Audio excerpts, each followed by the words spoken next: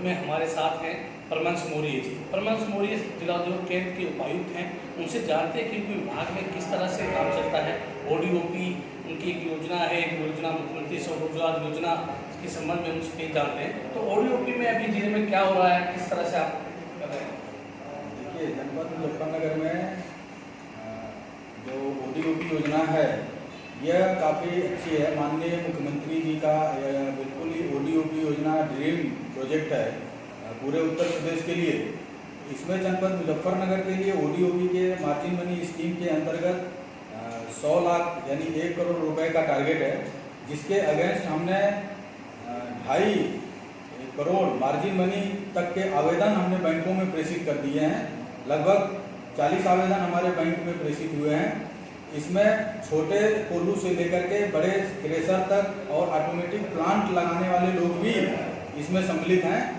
हमारे जो आवेदन प्रेषित हो रहे हैं उस पर बैंक से भी हमारी बात हो रही है लगातार।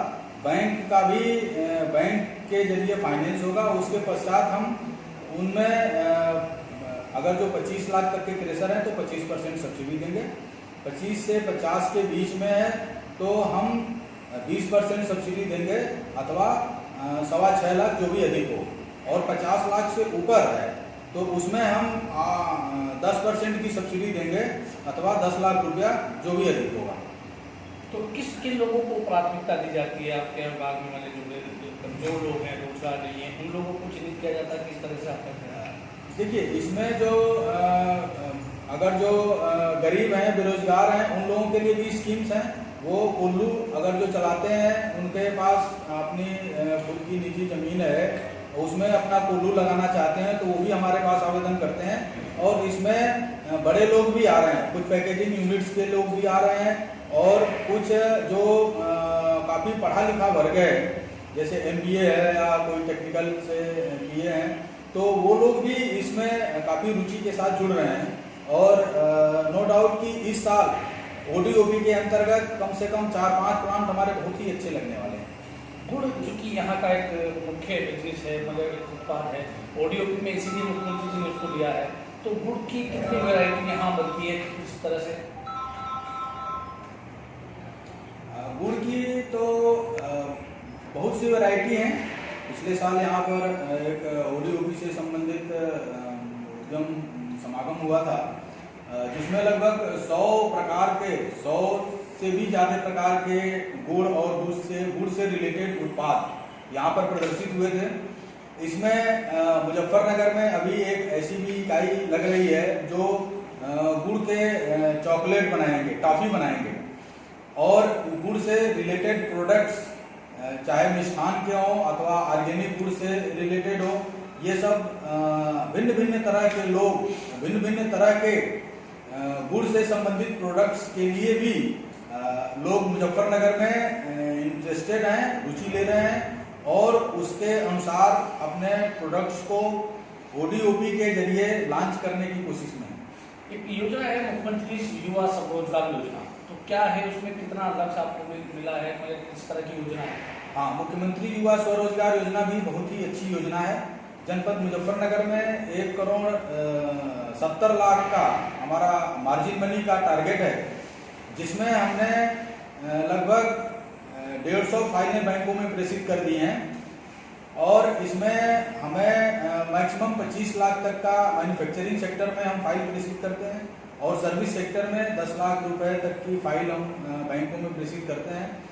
इसमें ओवरऑल 25% की सब्सिडी है। और इसकी एक खास बात यह है कि ये विशेष रूप से पढ़े लिखे वर्ग के लिए योजना लॉन्च हुई है, जिसमें 10 पास होना अनिवार्य है आवेदन पत्र भरने के लिए, फिलअप करने के लिए, और 18 से 40 के बीच एज सीमा भी निर्धारित है, जिससे इसमें इंटरेस्टेड लोग, इच्छुक लोग इस योजना का लाभ उठा रहे हैं। अधिक से अधिक आवेदन पत्र भी हमारे पास आ रहे हैं। किस तरह का कारोबार शुरू करने की क्या क्या इसमें काम कर सकते हैं? जो वर्क है, मतलब लघु उद्योग में है, किस तरह से, किस प्रोजेक्ट के लिए?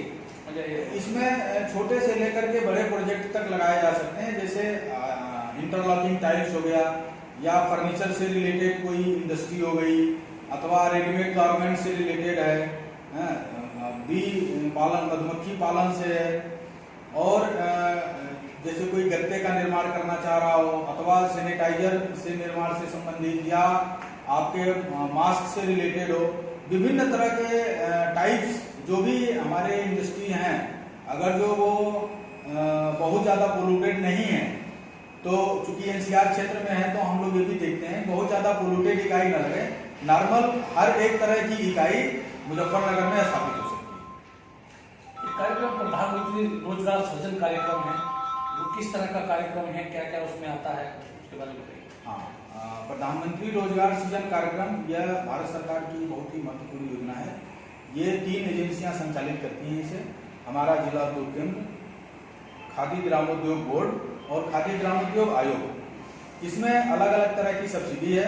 शहरी क्षेत्र में जनरल वर्ग के लिए 15% की सब्सिडी है और शहरी क्षेत्र में अदर वर्ग के लिए और महिला वर्ग के लिए 25% की सब्सिडी है। वहीं देहात क्षेत्र में जनरल वर्ग के लिए 25% की सब्सिडी है और अदर वर्ग के लिए 35% की सब्सिडी है। इसमें सब्सिडी के परसेंटेज हैं, क्राइटेरिया है और इसमें मैक्सिमम प्रोजेक्ट वही मैन्युफैक्चरिंग सेक्टर में 25 लाख तक और सर्विस सेक्टर में 10 लाख तक बैंकों में प्रेषित किए जाते हैं। किस तरह का कार्य इसमें किया जाता है, इसमें क्या क्या आता है? इसमें भी मैन्युफैक्चरिंग यूनिट में जो मुख्यमंत्री युवा स्वरोजगार योजना से रिलेटेड है उसी तरह की इसमें भी मैन्युफैक्चरिंग यूनिट है। बस ये भारत सरकार की योजना है और हमारा जो मुख्यमंत्री युवा स्वरोजगार योजना है वो उत्तर प्रदेश गवर्नमेंट की महत्वपूर्ण योजना है। एक स्टैंड अप इंडिया का एक कार्यक्रम है, उसमें क्या है? हाँ, स्टैंड अप इंडिया में मुख्य रूप से 10 लाख से 1 करोड़ के बीच का लोन फाइनेंस होता है और स्टैंड अप इंडिया के तहत वो लोग आवेदन करते हैं जो या तो महिला हों अथवा वो SC/ST वर्ग से रिलेटेड हो। इसमें मैन्युफैक्चरिंग और सर्विस सेक्टर के साथ साथ वो ट्रेडिंग सेक्टर में भी अप्लाई कर सकते हैं। कितना का इसमें ऋण हो सकता है, कितने की इसकी? इसमें स्टैंड अप इंडिया में मैक्सिमम 1 करोड़ रुपए तक का बैंकों में फाइनेंस प्रेषित होती हैं और बैंकों से फाइनेंस। आपके विभाग में और ऐसा क्या कोई योजना है जो पब्लिक को जिसका लाभ मिल सकती है इस तरह से? इसके अलावा विश्वकर्मा श्रम सम्मान योजना है जिसके अंतर्गत जो हमारे परंपरागत ट्रेड हैं जैसे दर्जी हैं, बढ़ई हैं, लोहार हैं, सुनार हैं, टोकरी बुनकर हैं, मोची हैं, इस तरह के ट्रेड्स में 25-25 लाभार्थियों का चयन किया जाता है और उसे जो हमारे कानपुर हेड ऑफिस के द्वारा नामित संस्थाएं उनकी ट्रेनिंग्स कराती हैं और वो उसके पश्चात उनको टूल किट्स का वितरण किया जाता है। ये गवर्नमेंट का मुख्य रूप से उद्देश्य ये है कि जो हमारे परंपरागत व्यवसाय हैं वो परंपरागत जो हुनर है वो निखर करके सामने आए और उसमें लोग स्किल्ड होकर के अपने व्यवसाय को काफ़ी आगे बढ़ाएं और उससे अर्निंग करें। ये इससे हमारी बेरोजगारी भी एक तरफ दूर होगी और दूसरे परंपरागत क्षेत्रों में जो शिल्प है उस तरफ लोगों का रुझान बढ़ेगा, रुचि बढ़ेगी। इसके अलावा कुछ और विशेष योजना जो जिससे लोगों को लाभ मिल सकता है? नहीं, जिला उद्योग केंद्र में और भी बहुत सारी योजनाएं हैं। एक मार्जिन मनी, ये जो ये ODOP में टूल किट्स योजना भी है। इसमें जिस जिले में ODOP का जो भी प्रोडक्ट्स है उसके अंतर्गत जो हमारे कारीगर हैं उन कारीगरों को ट्रेनिंग दिया जाता है ताकि वो टूल किट्स के जरिए अपने हुनर को और विकसित कर सकें और अपना अधिक से अधिक अपना वो प्रॉफिट ले सकें। इसके अलावा टेक्नोलॉजी अपग्रेडेशन के अंतर्गत जो हमारी इकाइयाँ पहले से लगी हुई हैं, कम से कम 3 साल पुरानी हो, वो वैसी इकाइयाँ अगर जो टेक्नोलॉजी में अपग्रेड करती हैं तो उन्हें हम उनके प्लांट मशीनरी का 50% अथवा 5 लाख रुपया जो भी मैक्सिमम होता है हम उसमें छूट दिलाते हैं। इसके अलावा अगर जो नई इंडस्ट्री हमारी बड़ी इंडस्ट्री स्थापित होती है लघु श्रेणी की या मीडियम श्रेणी की तो उसमें स्टाम्प ड्यूटी में भी स्टाम्प ड्यूटी के शुल्क में छूट है 75% इधर की पश्चिमी बेल्ट में। इसके अलावा जो बड़ी यूनिट्स हैं वो जब स्थापित होती हैं तो उनमें जो बैंक से वो लोन का फाइनेंस हो जाता है, हमारे यहाँ फाइल पुटअप करते हैं, 5% इंटरेस्ट सब्सिडी भी दिलाते हैं और GST से भी रिलेटेड छूट है। तो इस तरह की छूट जो हमारे बड़ी इंडस्ट्रीज हैं जो 25 लाख से ऊपर फाइनेंस होती हैं 10 करोड़ तक, उनके साथ इस तरह की छूटें हैं जो जिला उद्योग केंद्र के माध्यम से मिलती हैं। ये 2017 की उत्तर प्रदेश औद्योगिक अवस्थापना एवं निवेश प्रोत्साहन पॉलिसी के अंतर्गत ये छूटें दी जाती हैं। इसके अलावा जो 10 करोड़ से अधिक की यूनिट्स हैं जो लग रही हैं, उनकी छूटें ऑनलाइन होती हैं और वो पिकअप के माध्यम से उन इकाइयों को छूटें मिलती हैं। ठीक है, ये थे हमारे साथ परमांश मौर्य, जिन्होंने बताया कि जिला उद्योग केंद्र में बेरोजगार लोगों के लिए रोजगार की क्या क्या व्यवस्था है, ऋण की किस तरह से वितरण किया जाता है। और जिनसे बात करने के लिए धन्यवाद।